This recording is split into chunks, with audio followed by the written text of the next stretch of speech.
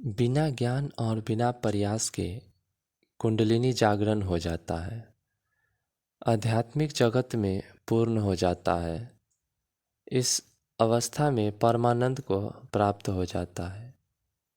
एक ऐसी घटना का जिक्र कर रहा हूँ जो बहुत ही आश्चर्यजनक है, जो मैं जानता नहीं, जिसका मुझे ज्ञान नहीं। शायद यह आश्चर्यजनक घटना आपके साथ भी हुआ हो। योग प्राणायाम करने का नशा इतना मुझ पर सवार होता है कि मैं लगभग 1.5 से 2 घंटे तक लगातार इसका अभ्यास प्रतिदिन करता। अचानक से ऐसा घटित हुआ जिसका मुझे ज्ञान नहीं था।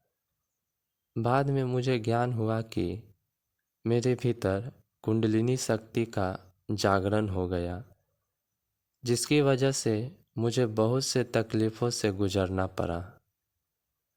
जैसे जैसे मेरे भीतर क्रिया हो रही थी, मुझे लग रहा था मैं नहीं बचूंगा। मेरी मानसिक स्थिति पागलों जैसी हो गई। शरीर के ऊपर ऐसा प्रभाव पड़ा कि मेरा शरीर सूखने लगा। कुंडलिनी ऊर्जा के प्रभाव के कारण मेरा ललाट के भौं के बीच गड्ढे पड़ गए। दिखने में ऐसा प्रतीत होता है कि धनुष की आकृति बन गई हो।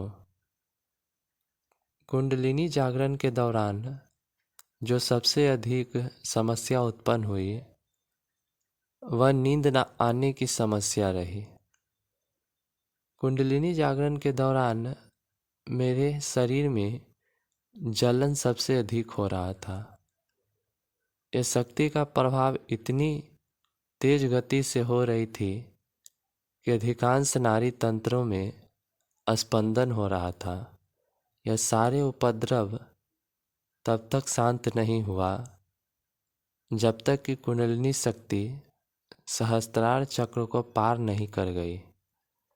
तब से लेकर अब तक मेरे भीतर परमानंद का नशा और शून्यता ही है। विचार न के बराबर ही चलता है।